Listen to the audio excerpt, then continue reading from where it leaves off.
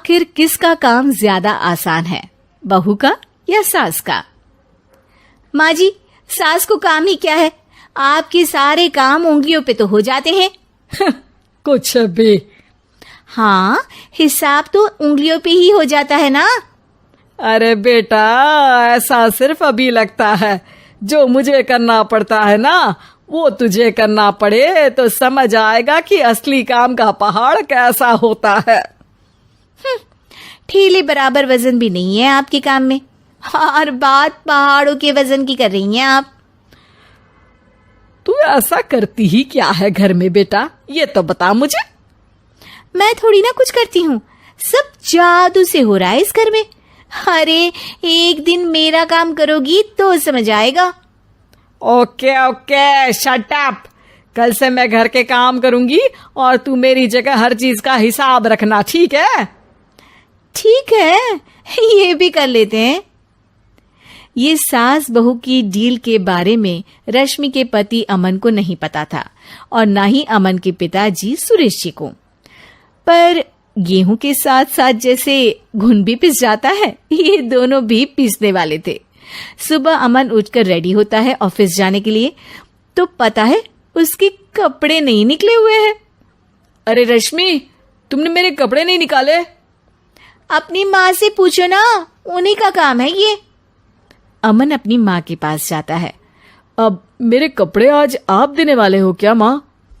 हाँ, देना तो मुझे ही चाहिए, पर तेरी बहू ने कपड़े धोने ही नहीं डाले, तो कोई भी धुला हुआ कपड़ा नहीं है बेटा।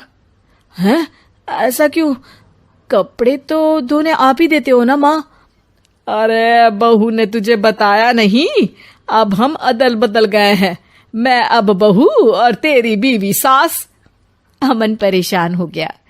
वो बिना इस्त्री के कपड़े पहनकर ऑफिस चला गया।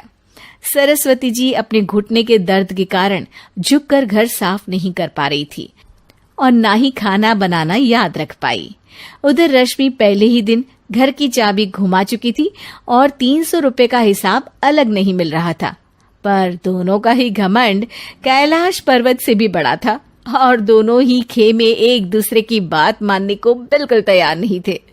शाम को जब सुरेश जी और अमन खाना खाने बैठते हैं तो सरस्वती जी उनके सामने गाजर और पपीते लाकर रख देती हैं। अरे माँ, ये क्या है? ख्याली पुलाव के साथ सलाद। माँ जी खाना बनाना भूल गई लगता है। अरे एक एक चमन्नी का हिसाब है मेरे पास, खाना बनाना कैसे भूल जाऊंगी? ये तो मैंने पढ़ा था कि फल फ्रूट खाने से सेहत अच्छी रहती है, इसीलिए ये ले, एक फल खा ले। रात को सुरेश जी और अमन अपनी मीटिंग बिठाते हैं अकेले में। बाबूजी, इनकी लड़ाई के कारण ना हमें ठीक से खाना मिल रहा है, उल्टा घर के सारे काम रुक गए हैं। हाँ बेटा, 2 भैंसों की लड़ाई में बेचारे खेत के पौधों का भी नुकसान हो रहा है। पर पापा, क्या बताऊं आपको, मैंने माँ को इस महीने की 2 तारीख को बिजली के बिल के पैसे दिए थे। आज बिल भरने के लिए मांगने गया तो पता चला कि रश्मि उन पैसों से गैस सिलेंडर ले आई। अच्छा, तो सिलेंडर के पैसों का क्या हुआ? अब सिलेंडर के तो कोई पैसे नहीं थे बाबूजी, हमारे घर पर गैस की पाइपलाइन लगी है ना। बेटा, इन दोनों का कुछ करना पड़ेगा, नहीं तो अपने घमंड के चक्कर में पूरा घर बर्बाद कर डालेंगी ये दोनों। अमन और सुरेश जी काफी सोच विचार के बाद एक निष्कर्ष पर पहुंचते हैं। रात ही को दोनों अपनी पत्नियों की अलमारी से नई साड़ी निकालते हैं और सुबह जब रश्मि और सरस्वती जी उठते हैं तो देखते हैं कि दोनों पति साड़ी पहनकर चढ़ाव पर सब्जियां काट रहे हैं। अरे ये सब क्या हो रहा है? क्या हो रहा है मतलब? आप दोनों अदल बदल हो सकते हो तो हम क्यों नहीं? अरे क्या मतलब? नहीं नहीं, मेरी भी बचपन से किसी की बहू बनने की इच्छा थी, तो आज से सरस्वती तुम बड़ी बहू, मैं मिडल बहू और अमन छोटी बहू। अरे लेकिन सब घर पर बैठ जाएंगे तो कमाएगा कौन? ये घर कैसे चलेगा? अब वो तो भैया या बाकी लोग जाने, अब हमने भी अदल बदल कर ही लिया है तो कुछ नहीं हो सकता। रश्मि और सरस्वती जी को समझ में आ जाता है कि उन दोनों की आपस की डील की वजह से इन दोनों को बहुत तकलीफ हो रही है और उनके ईगो ने दूसरों को कितनी यातनाएं दी है। अब असल में माँ जी आप सही थी, सास बनना बहुत मुश्किल है।